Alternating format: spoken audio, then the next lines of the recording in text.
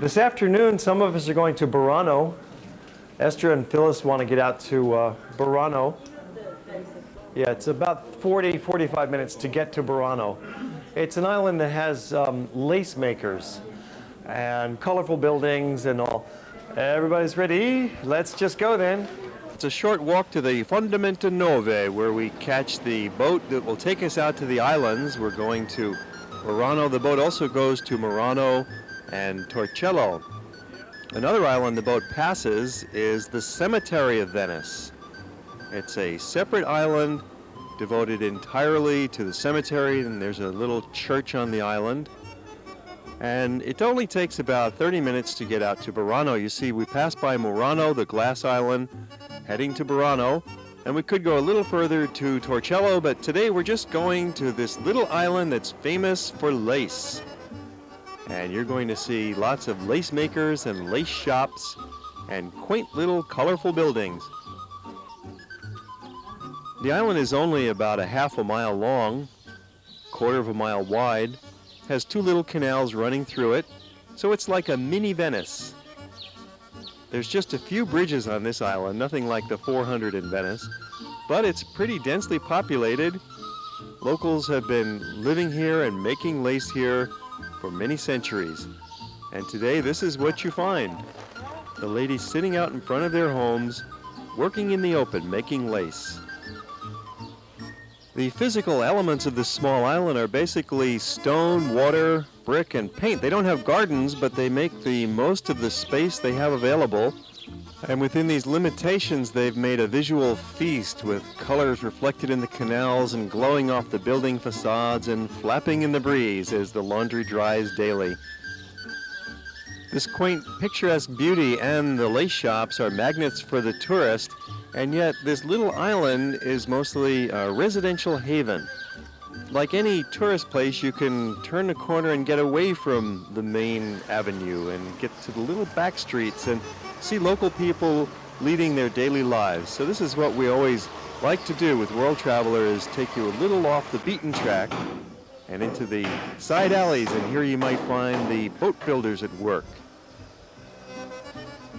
But the two main things that you'll find on Burano are colorfully painted buildings and lace makers.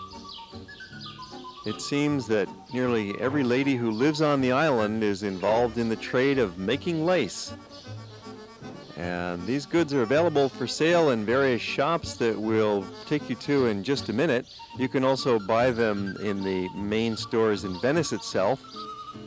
But these handmade items are extremely expensive. Even if you don't care much about lace, the island has many attractions. You can just wander aimlessly and enjoy the flower boxes, and even the laundry hanging makes an artistic palette against the colorful walls. Bicycles are the only wheeled vehicles here. So let's take a closer look at the Burano lace industry and give you a few tips and a little bit of history. The main shops are clustered on the first alley that you'll come across when you get off the boat. And while it's obviously true that much of this lace is handmade here on the island, as you can see from all the ladies sitting out in front of their homes, beware, because a lot of the lace for sale is made in China, made by machines and shipped to Italy to be sold as lace that may or may not be Italian. So just be careful and talk to the lady, and certainly the sales clerks will tell you what's going on, and you'll tell from the price which is the handmade lace and from its quality.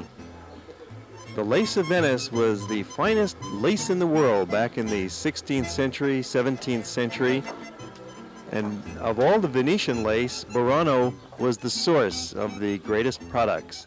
So really, you are here touching upon history and seeing lace at its best. Amazing technique of these ladies. The lace making was so fine and so detailed it was called points in the air, punto in aria. It's said that this exquisitely detailed technique of making lace with a needle and thread was invented here on Burano and produced lace of such high quality that the French aristocrats of the 16th century imported it for their collars and their fancy costumes. Louis XIV is said to have commissioned some lace made from white human hair. He wanted it to be finer than the finest thread. His Minister of Finance, Colbert, then decided to create a lace industry and imported the workers of Burano en masse to France and set up an industry that went on to compete with the Italian lace industry. Eventually, lace making in Burano declined, and the island fell into the backwaters of history and became more of a fishing island. And some of the residents worked in the nearby glass-making island of Murano.